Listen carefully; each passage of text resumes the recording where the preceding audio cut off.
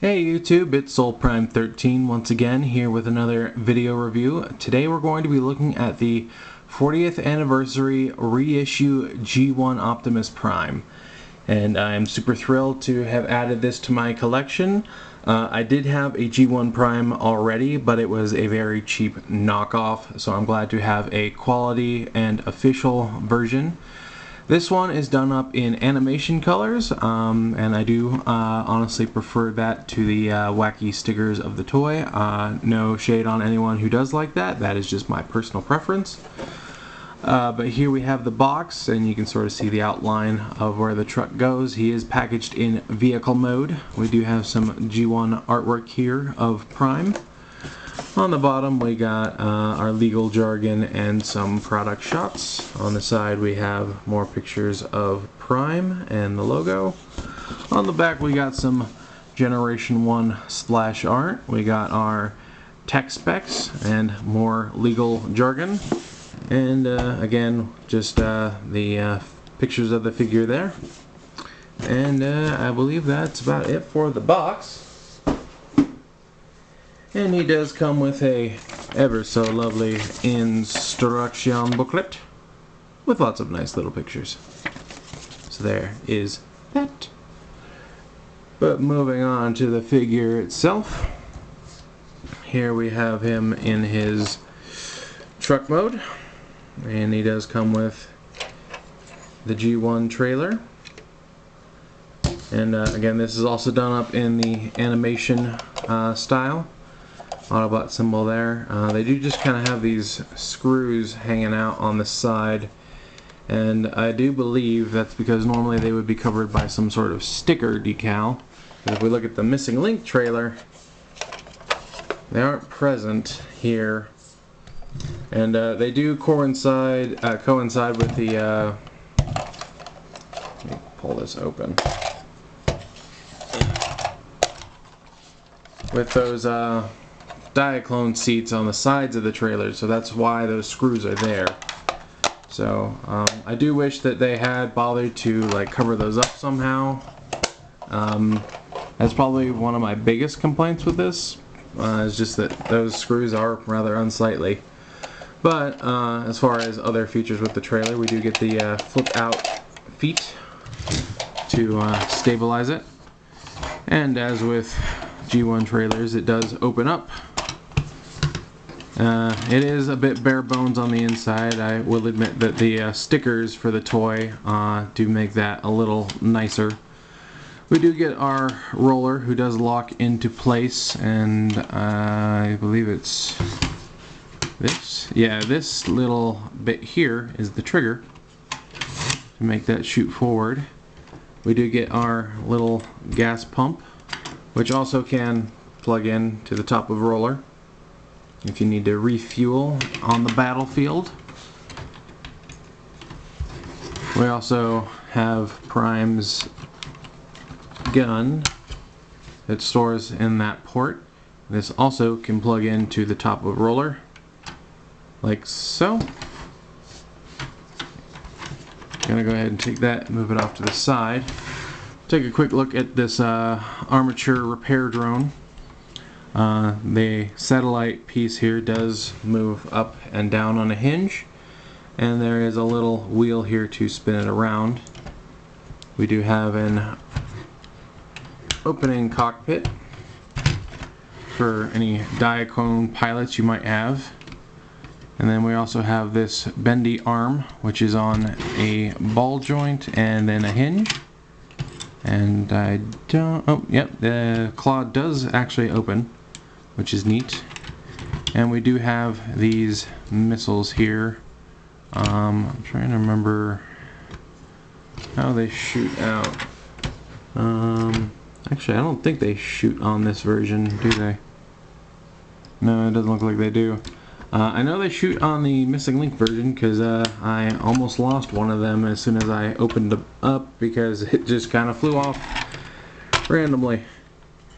But there we have our various trailer bits. And while I'm not a huge fan of the trailer overall, I do like that they have lots of little bits and pieces for those who do enjoy it. And I am all for the trailer being more than just a box. But yeah, we'll go ahead and put that trailer off to the side now. Focusing on the real star of the show here, we do have Prime in his truck mode. He does have rubber tires and the wheels are pinned in, so he can roll quite nicely. Got that red for the truck with our stripe across the front. White bumper. Silver smokestacks, and we got the blue for the back.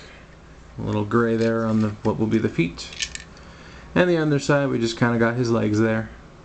Very nice. But yeah, that's more or less everything here. Does this? Nah, nope. I do think it's a little strange that they didn't bother to put the rub symbol here, because that is where it goes. In fact, we'll bring in Missing Link again. So yeah, that's definitely where it should be, to cover up that peg that holds his head on. I don't know why they didn't put anything there. It takes away from the overall smoothness of the look. I mean, I know it's like an older 80s toy, but you know, it doesn't mean he deserves less effort for it. But yeah. Let's see, I think that's more or less it for the vehicle mode. So let's go ahead and get him transformed, I suppose. So the first thing we're going to do is we're going to open up the front of the cab here, which is a very convenient place to store your fists. We're going to move those off to the side and just close that back up. Then we're going to pull out the arms from the side and then bring the shoulders forward, like so. Flip up that head, which will tab onto the front of the cab. Then we can just bring his legs down and they will display out on ratchets. Flip up the toes, like so. Then we can bring our mighty fists back in and just plug those into those ports that make up the headlights. And there we have Generation 1 Optimus Prime in his robot mode. And he is a very grandpa Prime, but he is still as lovely as ever. And I am very happy to have this. You know, it's very much a toy that shows its age overall, but you know, he's got a fresh coat of paint with this one, and you know, there's still always some love for the classics. I will always appreciate where things started, even if they don't fit my particular taste, because to have what we have now, it has to start somewhere, and that's very important. But yeah, we got some gray here on the flat of the toes. I do believe, yeah, this is they still have all the die-cast parts. Got the gas tanks here. They did make the arrows on his arms. They aren't painted in yellow, though I don't believe they were painted yellow on the actual animation model, but they do have the arrows there. And we do have that little bit of yellow there on the bumper crotch area. Do have his Autobot symbol on the shoulder. And there we have his round head with some very nice bright blue eyes. Overall, a very fun figure. And of course, we can give him his rifle by plugging it into his hand, and it does ever so slightly fit. I don't know if they made the post longer or not, because again, I don't have an original one, or at least not a very good one. I don't remember because I haven't really touched that knockoff, but you can have it angled if you want it all the way in the hand, like in that original G1 toy, but it does look a little bit better if you have it, you know, facing straight forward. And yeah, not too much there. Obviously, it's not blast compatible. It's the original version, and this is the thick-barreled one. So there's that. But overall, a very nice figure. We'll do a couple of quick size comparisons here. Here we have him with the animation missing link prime. So there is that. Go ahead and get them in the same position. And you can sort of see some of the differences there. There's definitely some differences in the gun as well. And obviously he doesn't come with his axe, but I do like that they decided to go for silver paint rather than the chrome in this regard, because the silver paint lasts a little better. Yeah, just more or less very G1-y figures. Well, one is G1, so that was a weird thing to say. And we'll bring in his adopted son, the 86 Bumblebee Studio Series. And I think they do scale pretty solidly, all things considered. It's very nice. And one more, the Earthrise Mold Prime. So yeah. But again, I've been wanting an official G1 Prime for some time, and you know, again, to have the, even if it is a reissue, to have a little piece of Transformers history in my collection is a true treat, a real joy. I'm very, very happy to have been able to get my hands on this, and I do believe they are still selling him on Walmart.com. I think that he might also be on Hasbro Pulse. He retails for, I think, $75, $80-ish. So he is a little bit on the pricey side, all things considered. But, you know, I think that if you want to have a G1 Prime, he is worth having. And he does have some heft to him because of the die cast, and, you know, he does come with the trailer and everything. Again, I do feel that the price is a little high, but I don't think it's like exorbitantly high. I do feel like it's at least somewhat reasonable, all things considered. And for me, this Prime was worth the cost, even if it was a little bit more than I would have liked to have paid, because not only do I get to have a G1 Prime, I get to have him in my preferred cartoon deco. I really do like the cartoon deco aesthetic.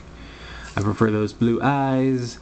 I like the sort of white on the legs. That's how I remember him. That's how I like to see him on my shelf. So, I'm not sure about rating. I don't think I'm going to give him a rating just because this is very much a... I feel this is very much an eye of the beholder kind of situation. Like, if you already have a G1 Prime, or you're not really that into the original mold, you could totally pass on this and be fine. But if you don't have one, or if you really like the animation deco like I do, I think he's worth picking up. So, and you know, as far as quality, he is built solid. You know, he's definitely feels like a good built toy. He doesn't feel cheap or anything. So there is that. But yeah, I don't think I'm gonna give him like a number rating or anything. It's very much if you want this, he's worth picking up. If not, you're not gonna miss. You're not really gonna miss out too much. So yeah, that's my thoughts on that in particular. But overall, I'm just really happy to have this guy in hand, and I enjoy just Prime in general, so it was only a matter of time before I got myself a real G1 Optimus, and I'm very happy with the one I got.